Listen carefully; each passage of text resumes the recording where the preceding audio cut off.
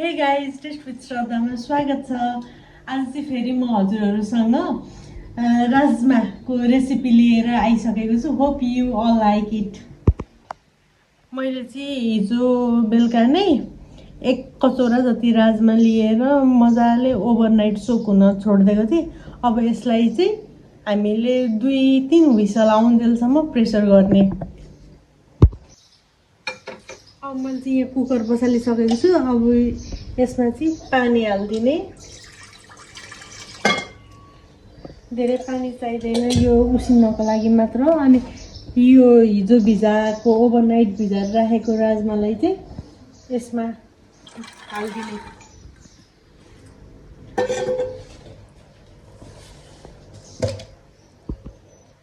अब चाहिँ आधा चम्चा जति नुन हालेर यसलाई 2-3 हुइसल आउन्जेलसम्म पाक्न दिने।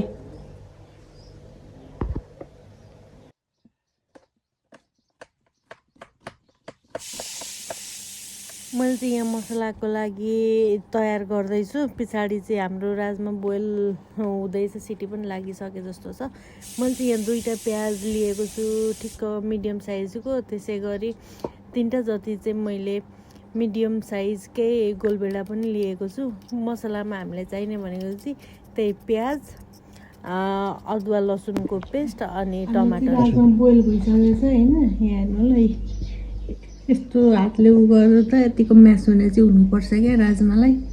अब हामी चाहिँ यो राजमाको लागि मसला तयार गर्छौँ है। सुरुमा तेल कराई बसाल्ने, कराई ताते पछाडि तेल हालिदिने।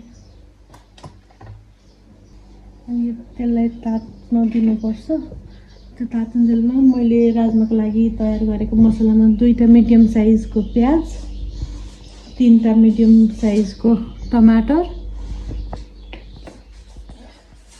लसुन अदुवाको पेस्ट, अनि खडा मसलामा ल्वाङ, खुर्सानी, अलैँची अनि जिरा र मेथी। यो हाम्रो यतिको ताते पछाडि सुरुमा मेथी हालिदिने।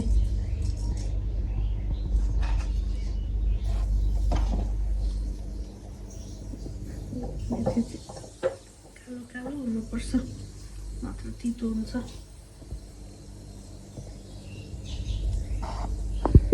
यतिको भइसके पछाडि जिरा हालिदिने। अनि त्यस पछाडि यो अलिक खोर्सानी हाल्नुपर्छ, पड्किन्छ। अब प्याज हालिदिने।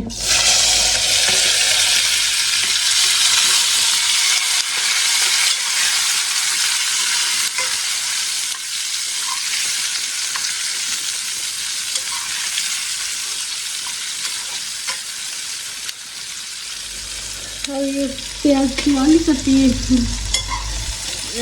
ट्रान्सलुसेन्ट कलरको भए पछाडि अनि बल्ल टमाटर हाल्ने।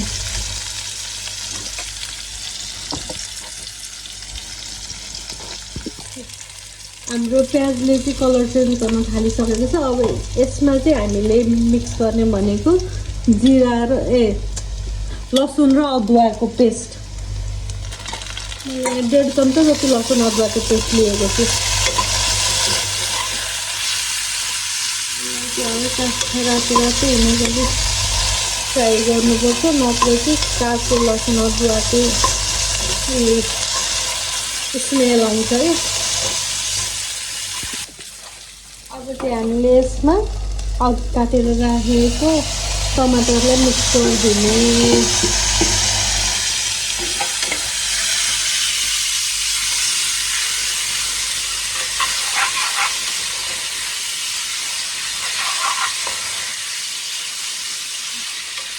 मैले चाहिँ यहाँ टमाटरलाई रफली चप गरेको छु।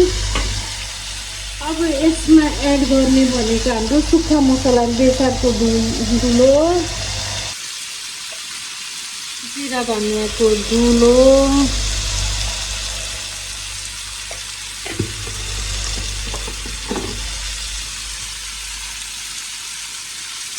अनि नुन अघि पनि हामीले मिक्स गरेको थियौँ, अलिक धेरै पर्दैन। यो टमाटर चाहिँ नुन हालिहाल्यो भने अलिक सफ्ट भइहाल्छ क्या चाँडै, त्यसको लागि हो कि नुन हाले पछाडि टमाटरले सबै आफ्नो पानी रिलिज गरिदिन्छ।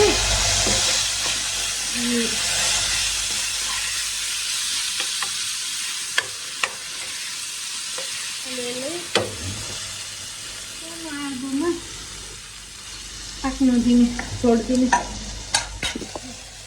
राजमाको मोस्ट क्रुसियल स्टेप भनेकै यो मसला बनाउन हो क्या। यो चाहिँ एकदम मिडियम हिटमा होइन, यो यसरी तेल नछुट्टिन्जेलसम्म चाहिँ पकाइरहनुपर्छ। यसमा चाहिँ हजुरहरूलाई पेसेन्सै चाहिन्छ, नभएको पनि 5-7 मिनट चाहिँ यो मसला बनाउनलाई नै लाग्छ। अब यो हाम्रो मसला चाहिँ अलमोस्ट भइसकेको छ। अब चाहिँ म यसमा काश्मिरी लाल मिर्चलाई हालिदिन्छु। यो चाहिँ मैले 1 चम्चा जति काश्मिरी लाल मिर्च लिएको थिएँ।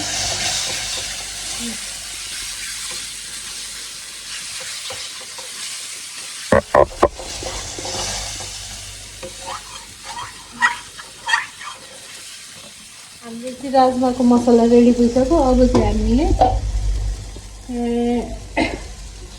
अघि नै अलिकति बेबी पोटेटोलाई बोइल गरेर पिल गरेको थियौँ, त्यो पनि हालिदिन्छु। हजुरहरूलाई हाल्न मन छैन भने यसलाई टोटल्ली स्किप पनि गर्न सकिन्छ।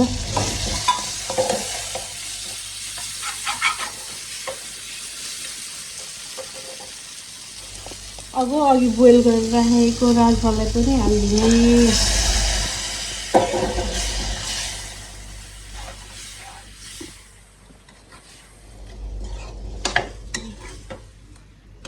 हामीले नुन चाहिँ अघि राजमा बोइल गर्दा पनि हालेको थियौँ, अघि मसला बनाउँदा पनि हालेको थियौँ, त्यही भएर अब चाहिँ नुन हाल्न पर्दैन। अघि हालेको नुनै इनफ हुन्छ। अब यसमा चाहिँ फेरि पानी हालिदिएर उम्लिन दिने, सिमर हुन दिने।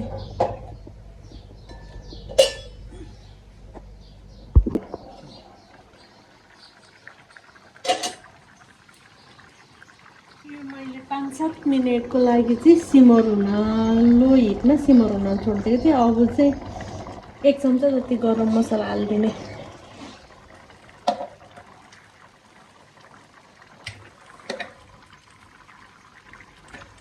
अनि लास्टमा कसुरी मेथी।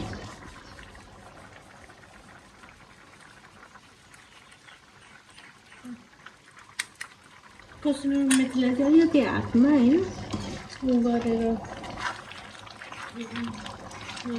मिचेर हाल्यो भने चाहिँ एकदम राम्रो फ्लेभर दिन्छ क्या। हाम्रो चाहिँ अब यो रेडी भइसकेको छ। अब यो सर्भिङ बोलमा बनाउँछु।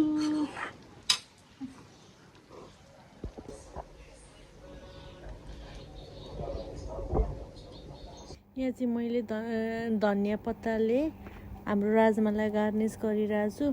मैले चाहिँ यो खानासँग खाने भएकोले अलिक पातलो पातलो बनाएको छु। हजुरहरूले चाहिँ यसलाई रोटीसँग खानुहुन्छ भने अलिकति बाक्लै राख्दा पनि हुन्छ। यदि मेरो रेसिपी हजुरहरूलाई मन पर्यो भने लाइक, सेयर र सब्सक्राइब गर्न नबिर्सिनु होला। Thank you for watching.